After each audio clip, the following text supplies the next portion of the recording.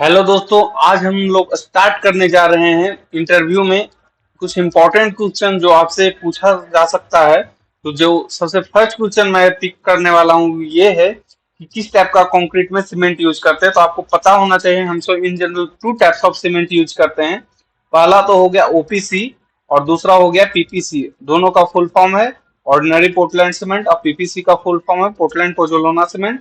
ये इसके बारे में आपको डिटेल नॉलेज नेट पे मिल जाएगा। मैं यहाँ एक एब्स्ट्रैक्ट आपको दे रहा हूँ कि जिससे आपको ये तो पता चल जाए कि हमें क्या पढ़ के जाना है मिनिमम। ऐसे और भी बहुत सारे क्वेश्चन है, आपको इंटरनेट पे डिफरेंट जगह पे मिल जाएगा, बट ये मिनिमम रिक्वायरमेंट है कि आपको ये पता होना ही चाहिए। दूसरा ये है कि इसका सेटिंग टाइम क्या होता है, कंक्रीट का सेटिंग टाइम क्या है। इनिशियल सेटिंग टाइम 30 मिनट है, फाइनल सेटिंग टाइम 600 मिनट है। ये हो गया। अब इसके बाद आपसे पूछा जा सकता है कि ग्रेड ऑफ सीमेंट, किस ग्रेड का सीमेंट हम सब यूज करते हैं। तो इन जनरल हम सब थ्री ग्रेड्स का सीमेंट यूज करते हैं। पहला है 33, दूसरा है 43, तीसरा है 53। उसमें भी हम सब ये तीन ग्रेड का सीमेंट बनता है, बट इसमें भी हम सब जो जनरल केस में यूज करते हैं वो 43 ग्रेड का यूज करते हैं। तो आपको हमेशा बोलना है कि किस ग्रेड का सीमेंट यूज करते हो, तो 43 ग्रेड का सीमेंट यूज करते हो। ओके। अब तीसरा क्वेश्चन ये आता है कि जो ग्रेड ऑफ कंक्रीट है ना, वो डिफरेंट ग्रेड में क्लासिफाइड किया गया है। ये आईएस कोड से उठाया हुआ है, ये आईएस कोड का है। तो आपको पता होना चाहिए इंडियन स्टैंडर्ड कोड में कुछ लिखा हुआ कि ऑर्डिनरी कंक्रीट किसे कहते हैं, स्टैंडर्ड कंक्रीट किसे कहते हैं। ये है और हाई स्ट्रेंथ कंक्रीट कहाँ से स्टार्ट होता है। तो आपको जो ऑर्डिनरी कंक्रीट है ना, उसका आप सब नॉमिनल मिक्स भी मतलब मैनुअल मिक्स भी बना सकते हैं, बट जो जब बात आती है स्टैंडर्ड कंक्रीट की ना, तो इसका हम सब इन जनरल प्रीफर करते हैं डिजाइन मिक्स ही। नॉमिनल मिक्स M20 के बाद नहीं प्रीफर किया जाता है। तो नॉमिनल मिक्स M20 तक, वो भी जब आप बड़े कंस्ट्रक्शन साइट पे जाइएगा तो सारे का डिजाइन मिक्स आता है, इवन M10 का भी डिजाइन मिक्स में। होप सो ये क्लियर हुआ। इसे आप एक बार कंफर्म देख लीजिएगा स्टैंडर्ड कंक्रीट कौन सा है। अब इसके बाद ये क्वेश्चन आपसे पूछा जाएगा, या आपको ये मिनिमम पता होना ही चाहिए कि जब हम सब रेनफोर्स्ड कंक्रीट होता है ना, उसमें यूज तो मैक्सिमम वाटर कंटेंट। अब अगर आप डिजाइन मिक्स बना भी रहे हैं, जो बनाता है उसे भी इसे फॉलो करना पड़ता है। तो maximum water content, water cement ratio दे दिया है, ये होना चाहिए मैक्सिमम। और मिनिमम सीमेंट कंटेंट दे दिया। अब इस ये दोनों क्राइटेरिया को फुलफिल करके ही आपको बनाना है। तो आपसे इंटरव्यू में क्वेश्चन पूछा जा सकता है कि अगर आपके साइट पे आरसीसी में M20 में या M25 में, चलिए बताइए मिनिमम कितना यूज किए होंगे। तो आपको ये नहीं बोलना 250 या 200 kg पर एमक्यू, ऐसा नहीं बोलना है। ये पर एमक्यू का बात है, तो पर एमक्यू आपको ऐसा नहीं बोलना है। आपको आईएस कोड के हिसाब से या इससे ज्यादा ही यूज करते हैं इसे, इसमें आप कम से कम मिनिमम पूछे तो इससे कम नहीं बताना। ओके, होप सो आपको क्लियर हुआ होगा। M40 तक का दिया है, M30 तक मैक्सिमम। आप बिल्डिंग कंस्ट्रक्शन में जाइएगा तो M30 वो भी वाटर रिटेनिंग में यूज करेगा, M25 में ही ऐसे एंड कर देता है। ओके। इसके बाद हम सब थोड़ा स्कैफोल्डिंग मटेरियल के बारे में भी जान जाते हैं, क्योंकि जितना भी शटरिंग का काम होता है वो स्कैफोल्डिंग मटेरियल पे ही होता है।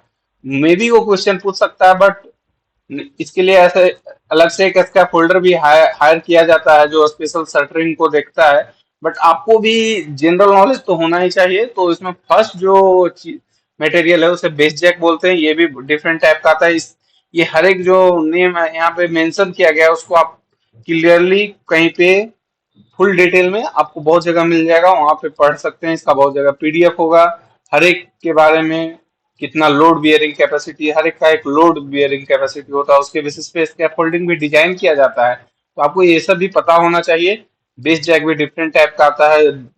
इन जनरल मैं तो दो टाइप का देखा हूँ, तो दो टाइप का आता है, उसे भी आपको पता होना चाहिए। जैसे कि यहाँ पे देख सकते हैं, पहला है जो सबसे नीचे रखा जाता है। यहाँ पे देखिए कर्सर जो है, ये बेस जैक है। बेस जैक मतलब बेस, इसे बेस बनाता है, इसके नीचे फर्म सरफेस होना चाहिए, वो बेस जैक हो गया। बेस जैक के ऊपर कॉलर है, ये कॉलर के बारे में भी आपको पढ़ लेना है। फिर डायगोनल ब्रेसिंग है, ये सब जो डायगोनल में लगा है उसे डायगोनल ब्रेसिंग बोलते हैं। बीच में कनेक्टिंग प्लेट, अब ये कनेक्टिंग प्लेट क्या होता है इसके बारे में भी आपको पढ़ना है। लेजर जो हॉरिजॉन्टल में लगाए हैं उसे हम सब लेजर बोलते हैं। अब दो स्टैंडर्ड को, ये स्टैंडर्ड है, जो वर्टिकल में खड़ा होता है उसे स्टैंडर्ड बोलता है। और डिफरेंट जगह पर डिफरेंट नेम भी यूज होता है, बट उसमें जो पिन यूज होता है उसे कहते हैं कनेक्टिंग पिन। ये कंफर्म हुआ। टॉप में हेड जैक यूज होता है। अब ये सब जो है ये इम्पॉर्टेंट है कुछ, जब आप हाई परफॉर्मेंस या हाईली टेक्निकल साइड पे जाइएगा तो ये सभी इम्पोर्टेंट है, बट इन जनरल नहीं भी यूज होता है। Thank you. अब इसके आगे चलते हैं। अब शटरिंग मटेरियल में आपको ये तो पता ही होना चाहिए कि जो बहुत इंपॉर्टेंट है, इसीलिए मैं इसको कवर किया हूँ।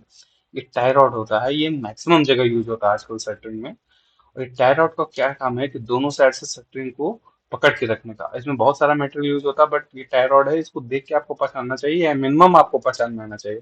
देखिए ये टाई रॉड है, जो जहाँ पे कर्सर है ये टाई रॉड है। अब इसका ये प्लेट से, इसके नीचे इसके बारे में सारा नाम लिखा गया है, बट ये टाई रॉड है। इसका ये प्लेट से, ये विंग नट बोलते हैं इसे। अब इसके नीचे देखिए, जैसे इसे लिख दिया टाई रॉड, अब ये क्या है, इसे हम लोग बोलते हैं वो पीवीसी वाटर स्टॉपर। जहाँ वाटर रिटेनिंग का काम होता है वहां पे ये वाटर स्टॉपर यूज किया जाता है। अब इसे हम सब बोलते हैं हिंदी में अलग चीज, बट इंग्लिश में इसका एक स्पेसिफिक नेम होता है, वो आप यहाँ पे लिखा हुआ देख सकते हैं। ऐसे इन जनरल लेमन लैंग्वेज अलग होता है, और एज ए इंजीनियर आपको एक अलग लैंग्वेज यूज करना है। लेमन लैंग्वेज आपको नहीं बोलना है। ओके, जैसे फिर इसमें देखिए, ये प्लेट्स मैं बोला था, इसको विंग नट बोलते हैं। आप देख सकते हैं, और इसमें सारा क्लैंप्स के बारे में नॉलेज है। आपको क्लैंप्स के बारे में, इसके हर एक मटेरियल के बारे में आपको नॉलेज होना चाहिए। इन डेप्थ नॉलेज जानने के लिए आप इसके बाद, इससे रिलेटेड बहुत सारे कंपनी का पीडीएफ मिल जाएगा, आप उस पीडीएफ को पढ़िए और इसके बारे में इन डेप्थ नॉलेज आप गेन करिए, तभी आपको फायदा है। कंस्ट्रक्शन साइट पे जाइएगा तो आपको कोई बना नहीं पाएगा इसके बाद। धन्यवाद। इसी के साथ हमारा ये स्लाइड एंड हुआ।